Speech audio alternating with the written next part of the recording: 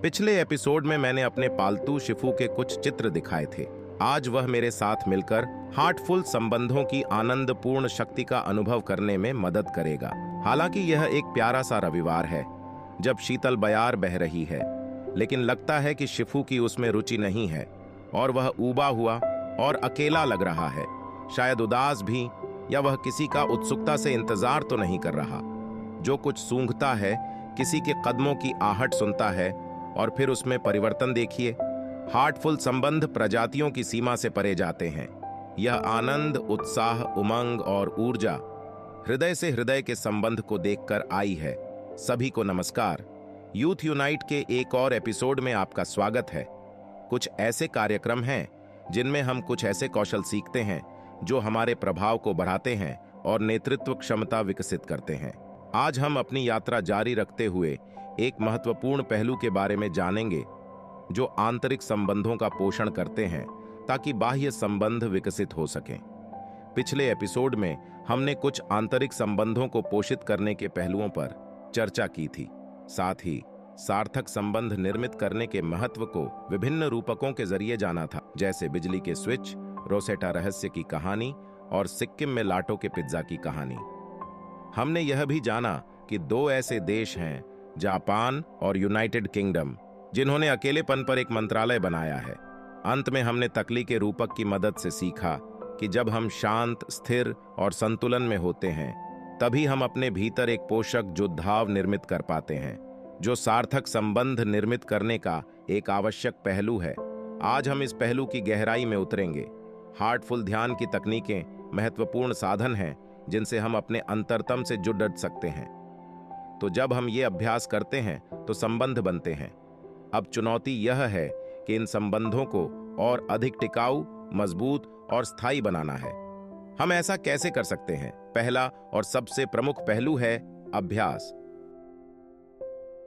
हम स्वयं से जितना अधिक जुड़ते हैं उतना ही अधिक हम अंतरावलोकन करते हैं, उतना ही अधिक हम स्वयं के बारे में जानते हैं और यह हमारे आंतरिक संबंध को मजबूत और पोषित करता है। दूसरा बहुत महत्वपूर्ण साधन है डायरी लिखना। जब हम हार्टफुलनेस अभ्यासों के बाद डायरी लिखते हैं तब फिर से हमें अंतरावलोकन करना पड़ जाता है कि ध्यान के सत्र में हमने क्या प्राप्त किया और हमने ध्यान में क्या प्राप्त किया, कि यह स्मृति हमें उसे आत्मसात करने में मदद करती है। यह हमें उस अवस्था को पोषित करने में मदद करती है। इस एपिसोड में मैं आपको बताऊंगा कि हमारे कुछ युवा मित्रों के अनुसार सार्थक संबंध क्या है। सबसे पहले मैं आपको बताता हूं कि मेरे युवा मित्र स्तुपडाल क्या कहना चाह रहे हैं। मेरे लिए सार्थक संबंध के कई पहलू हैं। यह किसी व्यक्ति से ऐसा संबंध है जो आपको समझता है, आपके साथ सहानुभूति और समानुभूति रखता है। यह वह संबंध है जिस पर आप बुरे समय में भरोसा कर सकते हैं। ऐसा व्यक्ति जो ज़रूरत पड़े डीएचने पर आपकी बात सुनता हो। कुल मिलकर मेरे विचार से सार्थक संबंध को परिभाषित करने का सबसे सरल तरीका है कि आपको इसकी कमी महसूस होती है। धन्यवाद स्तुभ। तो वे कौन सी बातें हैं जो हमने स्तुभ ने जो बताया उससे सीखी? अगर आपके पास ऐसा व्यक्ति न हो तो आपको कहां तकलीफ होती है? हृदय में, है ना? तो जब आपके पास सार्थक संबंध होते हैं, जब दो लोग सार्थक संबंधों में हैं, तब ये संबंध वास्तव में हृदय के होते हैं।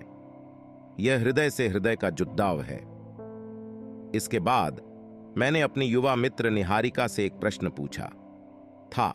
एक संबंध है जो आवश्यक नहीं कि हमेशा रहे, लेकिन जब यह बना हुआ है, यह आपको एक बेहतर इंसान बनाता है। यह व्यक्ति आपको महसूस कराता है कि आप प्रेम में हो, आप सही जगह पर हो और सुरक्षित हो। और मेरे विचार से आपको ज्यादातर इस व्यक्ति को खुश करने के लिए अधिक प्रयास नहीं करना, पदर्दहता या उनको रोक कर नहीं रखना, क्योंकि जो संबंध आप महसूस करते हैं यह दोनों तरफ से है और ठीक से जुड़ा हुआ है। यह सही लग रहा है? हाँ, मैं भी इसी तरह परिभाषित करता। तो निहारिका, मेरे लिए यह संबंध की अवधि नहीं है, बल्कि संबंध की गुणवत्ता महत्वपूर्ण है। सबसे महत्वपूर्ण यह है कि यह संबंध किस तरह एक दूसरे के जीवन को समृद्ध करता है। मैंने ऐसा ही प्रश्न कृति जोशी से। मेरे लिए संबंध एक अपनेपन की भावना लाते हैं। मेरे विचार से सार्थक संबंध किसी के भी साथ बन सकते हैं। एक युवा, कोई खुद से छोटा व्यक्ति, आपके मित्र, आपके सहकर्मी, और सार्थक संबंध बनने में समय लगता है, क्योंकि आपको इन संबंधों को पोषित करना होता है और उन पर हर दिन काम करना होता है। और मुझे लगता है कि सार्थक संबंध बनाने के लिए आप में आरंभ में एक गर्मजोशी, एक गतिशीलता, एक विचार प्रक्रिया और सार्थक इशारों की जरूरत होती है। मेरे लिए यही सार्थक संबंधों का अर्थ है। धन्यवाद कृतियम। कृति के लिए अपनापन जरूरी बात है। लोगों के बीच अपनापन सबसे महत्वपूर्ण घटक है। अगला मित्र जिससे मैंने इस विषय पर बात की वह डॉ शार्दुल पंडित हैं। सार्थक संबंधों के बारे में पूछे जाने पर उन्होंने कहा, मेरे लिए सार्थक संबंध रक्त संबंधों से कहीं अधिक है। मेरे लिए सार्थक संबंध एक जुद्धाव है जो पसीने और आंसुओं से निर्मित होता है, कठिनाइयों की आग में तपकर मजबूत होता है और जो मित्रता की शक्ति से सिद्ध होता है। अब फिर से प्रश्न यह है कि साथ मिलकर लड़ने के लिए आपको क्या प्रेरित करता है? आपको क्या प्रेरित करता है कि किसी की कठिनाइयों से उबरने में मदद करें? मैं आपको कुमारी रूबी आहलूवालिया से मिलवाना चाहता हूं। वह एक भारत सरकार से सेवानिवृत्त वरिष्ठ नौकरशाह हैं। वे कैंसर से उबर चुकी हैं और संजीवनी नामक एक राष्ट्रीय स्तर पर प्रशंसित गैर सरकारी संगठन चलाती हैं। मेरा अनुभव कहता है कि व्यक्तिगत विकास, बौद्धिक विकास और व्यावसायिक विकास प्राप्त करने के लिए जरूरी है कि आपको अपने प्रयास और उद्यम को संरेखित करने की जरूरत है और अपनी शक्तियों को जानने का सर्वोत्तम उपाय है आत्मावलोकन, मनन और ध्यान। यह आपके ध्यान को और आपकी सारी ऊर्जाओं को केंद्रित करने में मदद करता है और यही समय है कि जब अपनी शक्तियों को समझना, उन्हें कहाँ उपयोग करना है और अपने जीवन के विकास के लिए कैसे उपयोग करना है, यह समझना शुरू करते हैं। इसलिए अपने भीतर के आत्म के साथ अपने जुद्धाव को पोषित करना जीवन में विकास की कुंजी है।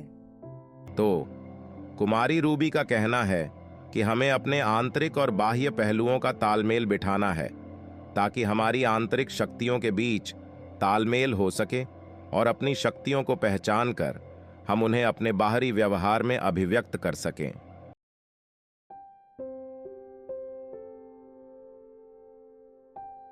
मैं पिछले 45 साल से ध्यान कर रही हूँ। शायद 45 साल से ज़्यादा समय से मेरे लिए इस साहसिक और प्रेमपूर्ण यात्रा में कदम बढ़ाना बहुत सुखद था। मैं इस आनंदपूर्ण यात्रा में इतनी गहराई से जुड़ी थी कि अपने युवा मित्रों से मैं जोर देकर अनुरोध करती हूँ कि इस ध्यान का प्रयोग करके देखें और स्वयं महसूस करें कि यह आपके लिए क्या कर सकती है। अब हमने जो विभिन्न आयु समूहों के लोगों से सुना, युवाओं से, उन लोगों से जो शायद आपके अभिभावकों की उम्र के हैं और एक व्यक्ति से जो आपके दादा जैसा है, इनमें समानता क्या है? समानता ये है कि मैं समझ सका कि मैंने सीखा है प्रेम, करुणा, एक खुला हृदय, स्वीकार्यता, राय न बनाना, ये वे गुण हैं। अगर हमारे पास ये होते हैं तो हम बड़ी आसानी से सार्थक संबंध निर्मित कर सकते हैं और यहीं पर हार्टफुलनेस के अभ्यास हमारी मदद करते हैं। स्वार्थी होने से निस्वार्थ होने तक हम इच्छाओं से संतुष्टि की ओर, बेचैनी से शांति की ओर, आक्रोश से प्रेम तक, भय से साहस तक पहुंचते हैं। जैसा डॉ शार्दुल ने कहा, दुविधा से स्पष्टता तक भी देखिए। छोटे बच्चों में सार्थक संबंधों के बारे में बहुत स्पष्ट समझ होती है, अहंकार से विनम्रता तक और अंततः सोचने से महसूस करने तक। तो मित्रों, यह देखकर कि विभिन्न आयु वर्ग के लोग सार्थक संबंधों से क्या समझते हैं, हम यह स्पष्टता पाते हैं कि जब आंतरिक विकास होता है, जब हृदय खुल जाते हैं, जब हम आत्मावलोकन करते हैं, जब हम शांत और स्थिर होते हैं, जब मन शांत अवस्था में होता है, तभी हम सार्थक संबंध निर्मित कर सकते हैं। तो आइए अब मेरे साथ रिलैक्सेशन और ध्यान के एक सत्र में शामिल होकर यूथ यूनाइट के अगले एपिसोड तक जुड़ाव बनाए रखें। आराम से बैठ जाएं और अपनी आंखें धीरे से और कोमलता से बंद कर लें। महसूस करें आरोग्यकारी ऊर्जा पृथ्वी से ऊपर की ओर बढ़ रही है। आपके पैर की उंगलियों, पैरों और टखनों में। अपने पैर की उंगलियों को आराम मिलता हुआ महसूस करें। अपने पैरों को शिथिल करें।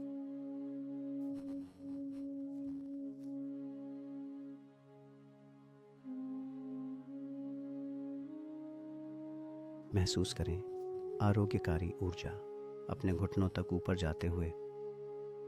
जैसे जैसे ये ऊपर बढ़ रही है, ये आपकी पिंडली की मांसपेशियों को आराम दे रही है।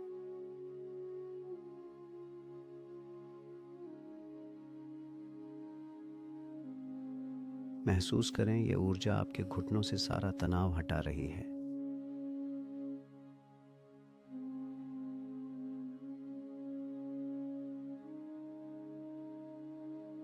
अब यह आपके पैरों से ऊपर की ओर बढ़ रही है। आपकी जांघों में, अपनी जांघों में आराम महसूस करें।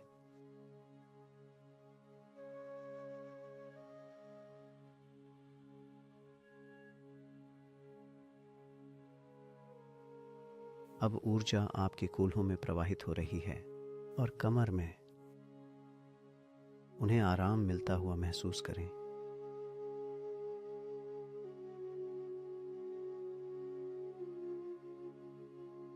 जैसे जैसे ऊर्जा ऊपर बढ़ रही है, आपकी निचली पीठ शिथिल हो रही है।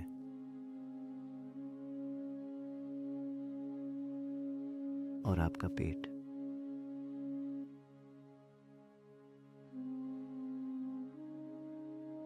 अब ऊर्जा आपकी छाती में प्रवाहित हो रही है। इसे आराम से महसूस करें।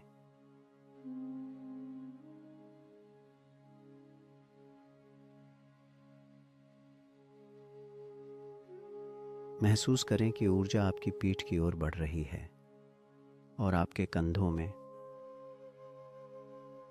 अपनी ऊपरी पीठ को आराम महसूस करें।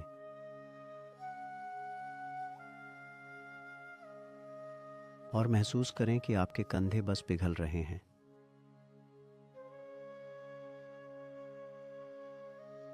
ऊर्जा अब आपके हाथों में प्रवाहित हो रही है।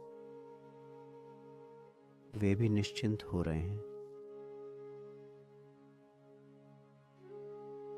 अपनी कोहनियों से सारा तनाव दूर होते हुए महसूस करें।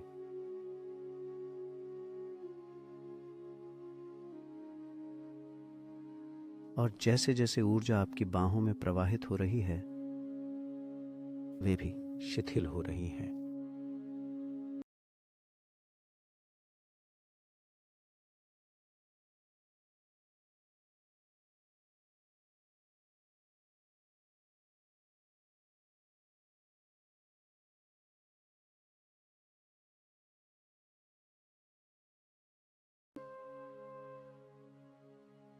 अब अपना ध्यान अपनी गर्दन पर ले जाएं।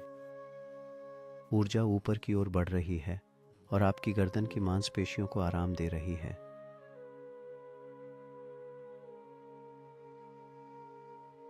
अब यह आपके चेहरे में प्रवाहित हो रही है। आपके जबड़े को आराम दे रही है और आपके मुंह को।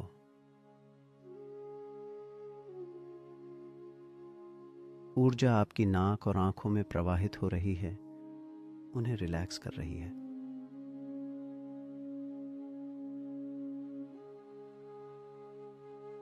आपके गालों की मांसपेशियां शिथिल हो गई हैं।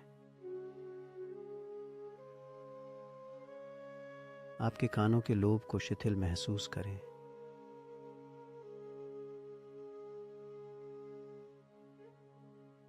और अब ऊर्जा आपके सिर के ऊपर तक प्रवाहित हो रही है।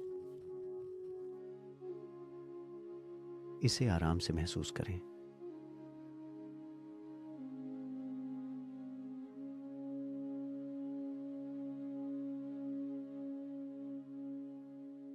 महसूस करें कि आपका पूरा शरीर आरामदायक स्थिति में है, सिर से लेकर पैरों तक।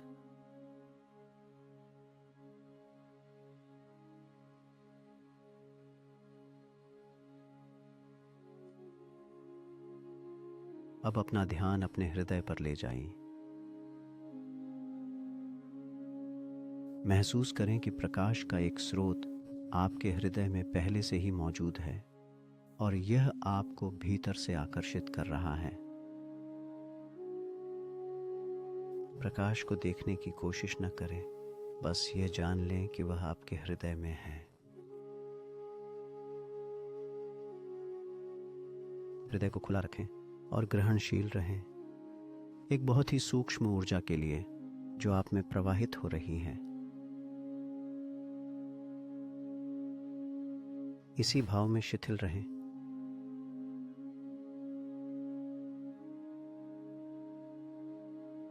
यदि आप किसी भी समय अपनी जागरूकता को भटकता हुआ पाते हैं अन्य विचारों में, तो उनसे संघर्ष मत करिए, उन्हें वैसे ही रहने दीजिए। धीरे से अपने आप को याद दिलाएं कि आप ध्यान कर रहे हैं, अपने हृदय में प्रकाश की उपस्थिति पर। अपने आप को अधिक से अधिक भीतर लीन होने दें।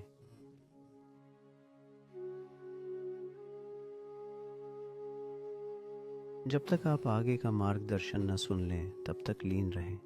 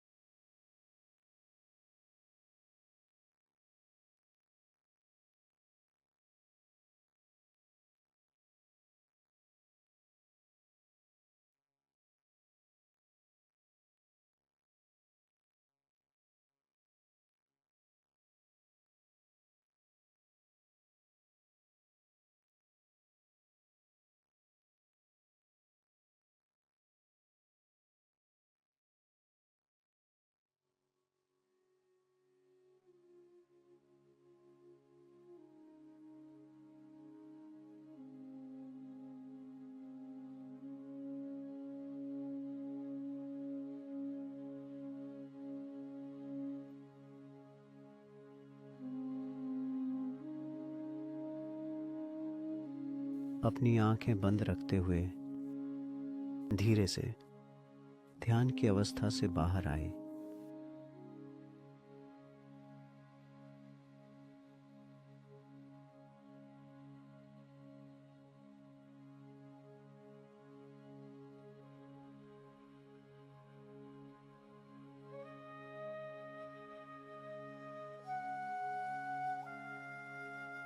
अब धीरे से अपनी आंखें खोलें।